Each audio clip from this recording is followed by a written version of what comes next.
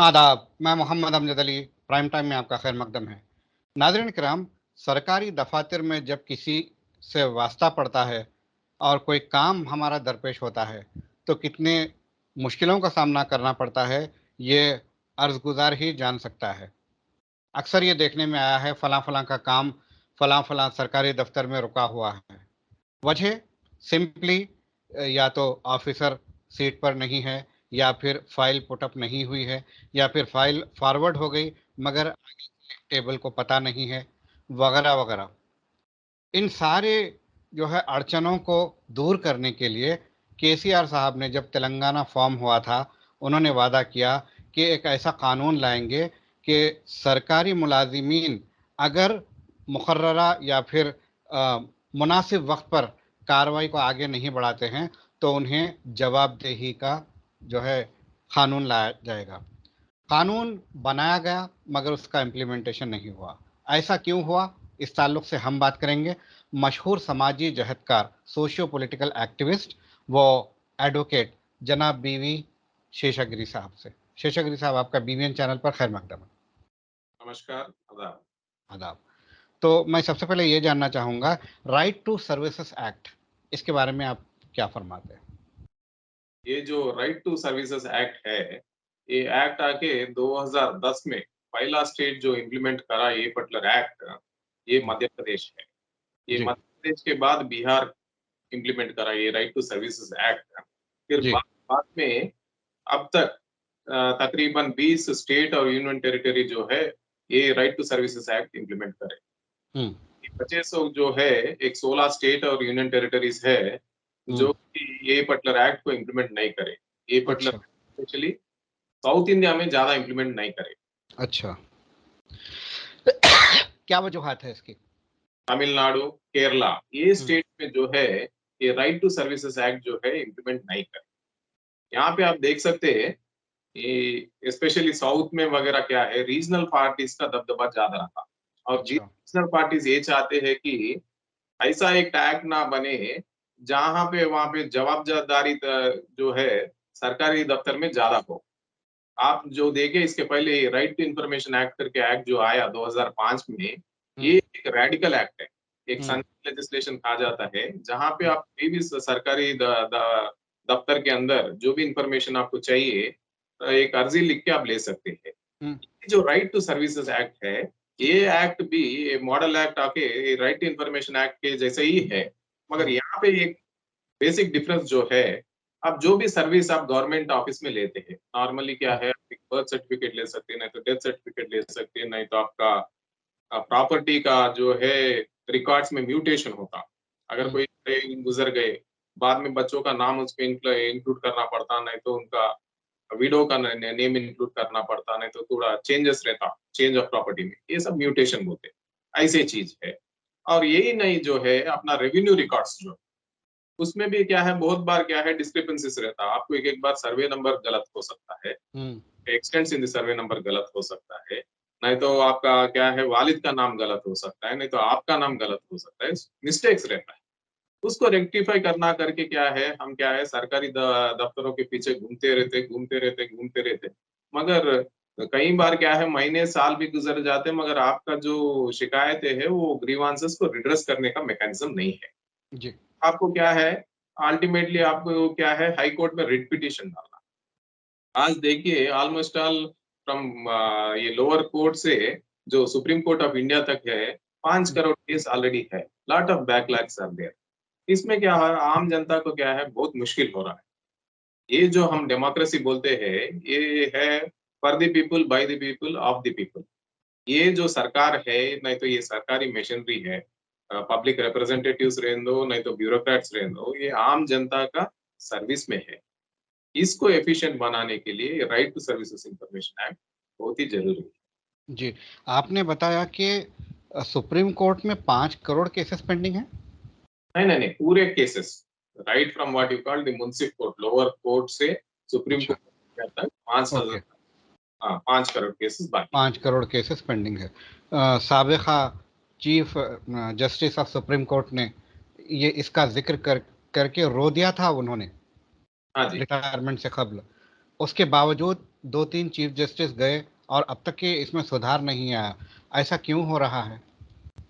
ये जो देखते हैं छोटे-छोटे मामले, जहाँ आपको क्या है एक म्युनिसिपल ऑफिस में होना चाहिए, नहीं तो ग्राम पंचायत में होना चाहिए, नहीं तो एक तहसीलदार के दफ्तर में होना चाहिए, नहीं तो एट द मोस्ट एक कलेक्टर ऑफिस में होना चाहिए। ऐसे चीज़ जो है सालों-साल लोग घूम के उनको जो है जो ग्रीवांस है, वो हुँ, रिहर्सल में हो रहा है। तो ये नहीं होने के वजह से क्या कर रहे हैं वो लोग जाके क्या है कोर्ट में केस डाल रहे हैं, मुकदमा ये कर रहे हैं। जी। इससे क्या है बहुत पेंडेंसी हो गया है। अगर हुँ, आप एक बार एक सिविल केस या इसमें कोर्ट चले गए, आराम से 5 से 6 साल मिनिमम लगेगा केस। हुँ, हुँ। तो इसमें क्या है पेंडेंसी बढ़ गया।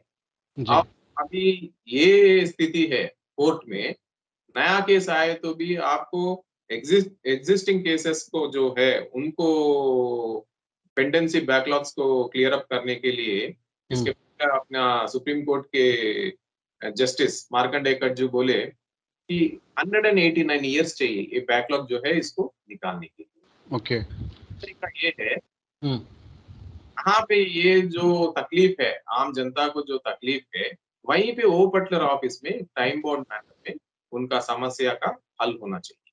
ठीक है। जब तेलंगाना फॉर्म हुआ था, तो तकरीबन साल 2 साल बाद केसीआर साहब ने भी और उस वक़्त के वज़ीर इत्तला राजेंद्र साहब ने भी ये कहा था कि ये मामलों में ट्रांसपेरेंसी लाई जाएगी, गवर्नेंस में और ब्यूरोक्रेसी में और ये सारे दफ़्तरी कामों में। उनके प्रॉमिस के बावजूद ये क्यों रुका हुआ है? ये जो 2016 ये अपना राइट टू इंफॉर्मेशन का एनुअल डे जब हुआ था, हुँ, जब कि केसीआर साहब नहीं आए वो पर्टिकुलर मीटिंग को, he was the chief guest, तो उनका वज़ीर जो है ईटल राजेंद्र साहब को भेजा है। हुँ, तो ईटल राजेंद्र साहब जो बोले ये राइट टू इंफॉर्मेशन ही नहीं, हम एक 4-5 महीने में even right to services act भी तेलंगाना गवर्नमेंट में ला रहे हैं। टाइम बाउंड जो भी आम आदमी को जो भी शिकायत है गवर्नमेंट ऑफिस में, हुँ, वो टाइम बाउंड मैनर में उनका ग्रीवेंस को रिड्रेसल करने के लिए। हुँ, अब खास बात जो है, ये राइट टू सर्विसेज़ एक्ट जो है, आपको 30 दिन के अंदर हुँ, अगर किसी आम नागरिक का कोई शिकायत है रिगार्डिंग एनी सर्विस, गवर्नमेंट का सर्विस है, हुँ, आप दस्तखत लगाए तो 30 दिन के अंदर उसको उनको ग्रीवांस को रिड्रेस करना चाहिए। अगर वो जी, 30 दिन में रिड्रेस नहीं हुआ, तो हुँ, आप जा सकते हैं, वो एक 40 दिन हायर अथॉरिटी। तो ओके, तकरीबन क्या है 2 एंड हाफ मंथ्स में होना चाहिए। नहीं तो अपीलेट मैकेनिज्म रहता। एट द मोस्ट क्या है लेस देन 6 मंथ्स को क्या है आम आदमी को जो क्या है उनका ग्रीवेंस रिड्रेस हो जाता। ठीक है, ठीक है। तो इतना सब मैकेनिज़्म डिज़ाइन किया गया है, एनडीए गवर्नमेंट ने इसे अपना लिया है और फिर 18 स्टेट्स ने अपनाया है। केसीआर साहब ने वादा किया, वादे के बावजूद ये क्या दिक्कतें पेश आ रही हैं जिसकी वजह से ये इम्प्लीमेंट नहीं कर रहे हैं? मेरा एक ऑब्जर्वेशन है, ये जो अभी ये रेवेन्यू एक्ट्स में वगैरह जो है पूरा टोटल जो पैराडाइम शिफ्ट बोल सकते हैं। ये केसीआर साहब इंट्रोड्यूस करे ये नया पासबुक करके, ये धरनी पोर्टल करके, ऑनलाइन रेवेन्यू सर्विसेज करके। इसमें क्या हुआ ये नया पासबुक्स ये जनरेट करने का और ये नया रेवेन्यू लॉस जब इम्प्लीमेंट हुआ, तो लॉट ऑफ डिस्क्रिपेंसी है। हुँ, देख सकते हैं कि आप कहीं भी रेवेन्यू ऑफिस चले जाओ, तहसीलदार का दफ्तर चले जाओ, आप देख सकते हैं कि क्या है हर एक पासबुक में ज़्यादातर छोटा-छोटा डिस्क्रिपेंसीज़ नेम में, इनिशियल में, एक्सटेंट ऑफ लैंड में, सर्वे नंबर वगैरह ऐसा बहुत लोग हैं, ऐसे ही घूम रहे हैं। अब 2 साल से क्या है तकरीबन क्या है रेवेन्यू ऑफिस के इसमें घूम रहे हैं। पहले तहसीलदार के पास जा रहे, फिर आरडीओ के पास, फिर कलेक्टर के पास और बहुत ही बुरा हाल में है लोग। हुँ, स्पेशली क्या है एग्रीकल्चर लैंड्स जो होल्ड कर रहे हैं, बहुत ही डिस्ट्रेस में है। अच्छा, तो इसको अभी ये इम्प्लीमेंट करने का ये आइडियल टाइम है। हुँ, अगले साल जो है इलेक्शन भी है, अभी जो है ईटल राजेंद्र साहब अभी क्या है दूसरा पार्टी में शिफ्ट हुए हैं। हुँ। एटलीस्ट वो क्या है इस पे प्रेशर लाना चाहिए कि ये पर्टिकुलर एक्ट को अमल किया जाए, अपना तेलंगाना से। मेरे ख्याल से इटला राजेंद्र साहब अगले इलेक्शंस में इस मैनिफेस्टो का हिस्सा बनाएँगे इसको। बनाना चाहिए।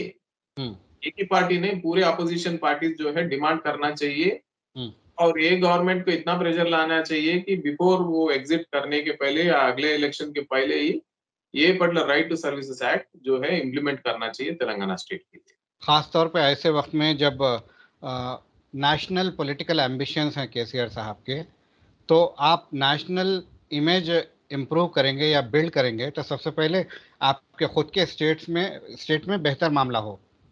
हाँ, गुड गवर्नेंस यहाँ चाहिए तो आप क्या है, हम्म, आपको फिल्टर्स रहता। जी इसमें एक जी। इंडिकेट क्या है, ये right to services act and grievance redressal.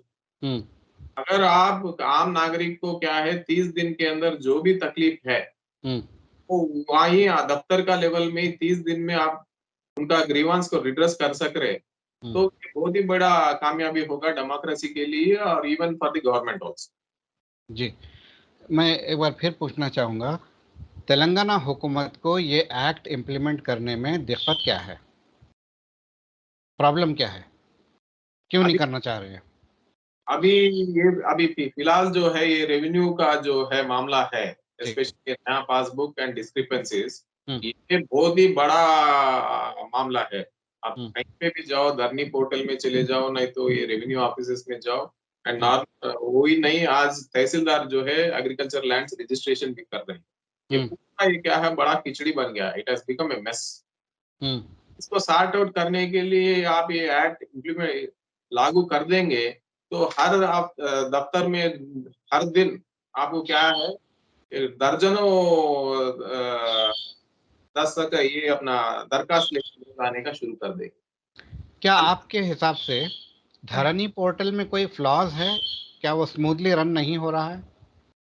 उसमें बहुत सारा ग्लिचेस है। ये जो है कंप्यूटराइजेशन करने के बाद ये कंप्यूटर ऐसा ही बोलते हैं। हम्म में जो इम्प्लीमेंटेशन आना, चेंज आना, आप दरखास्त लगाते हैं, फिर प्रजावाणी प्रोग्राम में चले जाते हैं, आरडीओ से मिलते, कलेक्टर से मिलते, मगर क्या है ग्रीवांसेस जो है हम्म रिड्रेस करने का नाम ही नहीं ले रहा है। हम्म गलत एंट्री हो गया, उसको फिर से रेक्टिफिकेशन के लिए बहुत ही दिक्कत हो हम्म। रहा है। तो हालांकि हालांकि ये जो डिजिटल मामला आया है, पहले मैनुअल हुआ करता था, रजिस्टर्स में मेंटेन करना पड़ता था, रजिस्टर्स के साथ कुछ भी हो सकता था। अब तो इतना बेहतरीन मामला है, रजिस्टर आपका पूरा इलेक्ट्रॉनिक डेटा है, डेटा के आप मल्टीपल कॉपीज रख सकते हैं, और अगर कोई इशू आया तो फ़ौरन का फ़ौरन दुरुस्त कर सकते हैं। इसके बावजूद हालांकि धरनी पोर्टल आके तकरीबन साल से ऊपर हो गया है, फिर अभी तक स्मूथ क्यों नहीं हुआ उसकी फंक्शनिंग? मैं बोला ना, इसके पहले भी आपको बोला, इसमें जी। क्या है, जो एंट्री जो करे, हम्म लाखों एंट्री जब करे, तो हम्म मिस्टेक्स होने का क्या है, बहुत ही कॉमन है।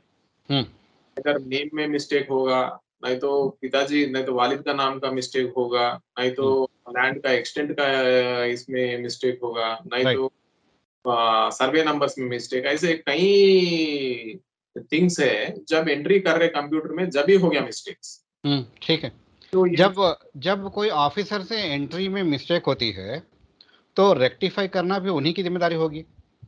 यही ना, यही मुश्किल है। हम्म ये जो प्रोग्राम जो है गवर्नमेंट बहुत ही प्रेस्टिजियस टाइम बाउंड करके क्या है, बहुत ही जल्दी इम्प्लीमेंटेशन करने के लिए पूरा प्राइवेट आउटसोर्सिंग करके पूरा जो हम्म डेटा जो है कंप्यूटराइजेशन करे।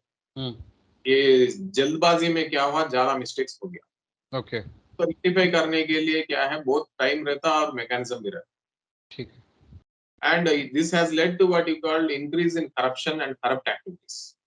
हम्म आप कहीं पे भी देखो, तहसीलदार पकड़ा गया तो करोड़ों रुपए निकल रहे हैं उनके पास। हम्म ये क्यों हो रहा है ये? बिकॉज़ ऑफ क्या है, लोग क्या है, हर एक को एक मन में आशा रहता मेरा प्रॉब्लम जल्द से जल्द, हालाँकि पैसा देने का नहीं रहता, मगर भी क्या है, जल्दी होता करके घूस देने का एंड करप्ट हम्म प्रैक्टिसेस। जिस किसी का भी इन्फ्लुएंस है, एमएलए नहीं तो मिनिस्टर, कोई पहचान का है, नहीं तो बड़ा आदमी है, तो उनका इन्फ्लुएंस लाके जल्दबाजी में कराने के लिए। तो ये इसका सब मतलब इसका मतलब ये हुआ, जो डेटा धरनी पोर्टल या इसी किस्म के गवर्नमेंट पोर्टल्स में मौजूद है वो सेफ नहीं है। सेफ का बात नहीं है, इसमें क्या है, एरर्स है। वो एरर्स को जो है रेक्टिफाई करना चाहिए। हम्म हम्म कि physical record and digital record में फ़र्क एक ही है कि फिजिकल रिकॉर्ड में क्या है, आपको मैन्युअली निकालना पड़ेगा, टाइम लगेगा। हम्म ये कंप्यूटराइज करके आप इसमें लगाते हो, डाटा रहता है, जस्ट बाय क्या है, क्लिक ऑफ द माउस क्या है, कंप्लीट डेटा जो है इजी एक्सेस है। ठीक है। डिफरेंस कुछ भी नहीं है, कंप्यूटर हुँ, रह लो या मैनुअल रिकॉर्ड रह लो, only retrieving the information is very quick. ठीक है, तो ठीक है। जो भी इंफॉर्मेशन चाहिए फट से मिल जाएगा। जी, आपको क्या है 10 सेकंड, 15 सेकंड या 1 मिनट के अंदर आपको क्या है, जो भी इंफॉर्मेशन चाहिए आपको मिल जाएगी। ठीक, ठीक है। आप ये राइट टू सर्विसेज़ एक्ट के ताल्लुक से मुहिम चला रहे हैं। इस बारे में आप क्या करना चाहेंगे आवाम से और हुकूमत से क्या अपील करना चाहेंगे? मेरा एक अपील है कि normal people, citizens, activist and जो भी लोग हैं, वेल मीनिंग पीपल है, वो सब क्या है, ये पर्टिकुलर ऑनलाइन पिटीशन को क्या है, ज़्यादा से ज़्यादा ऑनलाइन पिटीशन को साइन अप करें। और मेरा गवर्नमेंट और opposition parties, mainly opposition parties को भी ये अपील है कि वो प्रेशर करे गवर्नमेंट को, जल्दी से जल्दी ये पर्टिकुलर राइट टू सर्विसेज इन एक्ट को इम्प्लीमेंट करने के लिए, गवर्नमेंट को प्रेशराइज करने के लिए। और गवर्नमेंट भी बिकॉज़ गुड गवर्नेंस चाहते हैं, केसीआर साहब भी, पॉलिटिकल एम्बिशन भी है, नेशनल एम्बिशन है। तो ये particular right to services act अगर आ गया तेलंगाना में, तो बहुत ही सुधार होगा गुड गवर्नेंस में और उनका भी नाम अच्छा होगा। ठीक है। ऑनलाइन पिटीशन का कोई लिंक? ये जो है, ये फिजिकल मोड में भी कर सकते हैं, ऑनलाइन में भी कर सकते हैं। अभी फिलहाल जो है, सेंट्रल गवर्नमेंट का एक पोर्टल है। अच्छा, उसके ग्रीवेंस रिटर्नल जो है, जो भी सेंट्रल गवर्नमेंट ऑफिसेस है, वो ऑनलाइन हो रहा है। ठीक इसके है। पहले ग्रीवेंस रिटर्नल टाइम 60 डेज़ था, वो घटा के क्या है 30 डेज़ बना दिया। ओके। एंड ग्रीवेंस रिटर्नल्स भी आज के दिन क्या हो गया, एफिशिएंसी आके ऑलमोस्ट ऑल 80 टू 85% हो गया। हुँ, हुँ। इससे क्या है, गवर्नेंस, गुड गवर्नेंस रहेगा और आम जो सिटीजन है, उनको क्या है, ease of what you call getting the government service होगा। ठीक है। आपने खुद का कोई ऑनलाइन पिटीशन बनाया है? ये राइट टू सर्विसेज का अभी क्या है, change.org में अपना पिटीशन है। जी, हमने एक अपील किया केसीआर साहब से, चीफ मिनिस्टर ऑफ तेलंगाना से, कि जी, जल्द से जल्द ये राइट टू सर्विसेज एक्ट जो है अपना तेलंगाना स्टेट में भी अपनाया जाए। एंड इसके तहत लोगों को जो है, जो भी ग्रीवांसेस है गवर्नमेंट ऑफिसेस में, उनको एक टाइम बाउंड वे में जो है उनको रिडर्सल हो सके। ठीक है।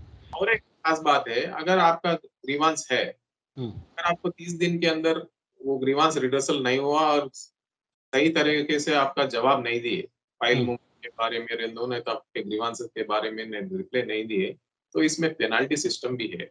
वो ओके, कंसर्न जो है, उनके ऊपर ₹250 हर दिन के लिए पेनल्टी गिरेगा। ओके, मैक्सिमम ₹25,000 पेनल्टी गिरेगा। तो ठीक। उनका क्या है, जवाबदारी बढ़ जाएगा। बिल्कुल, गवर्नमेंट सर्वेंट्स का भी, जो भी ऑफिसर्स है, उनका जवाबदारी बढ़ जाएगा और टाइम बाउंड करने के लिए वो भी क्या है, मन लगा के कोशिश करते हैं। ठीक है। हमसे बात करने का बेहद शुक्रिया। शुक्रिया। नाज़रीन, ये थे जनाब बीवी शेषागिरी एडवोकेट साहब, सोशियो पॉलिटिकल एक्टिविस्ट, जिन्होंने राइट टू सर्विसेज एक्ट की एक मुहिम छेड़ रखी है।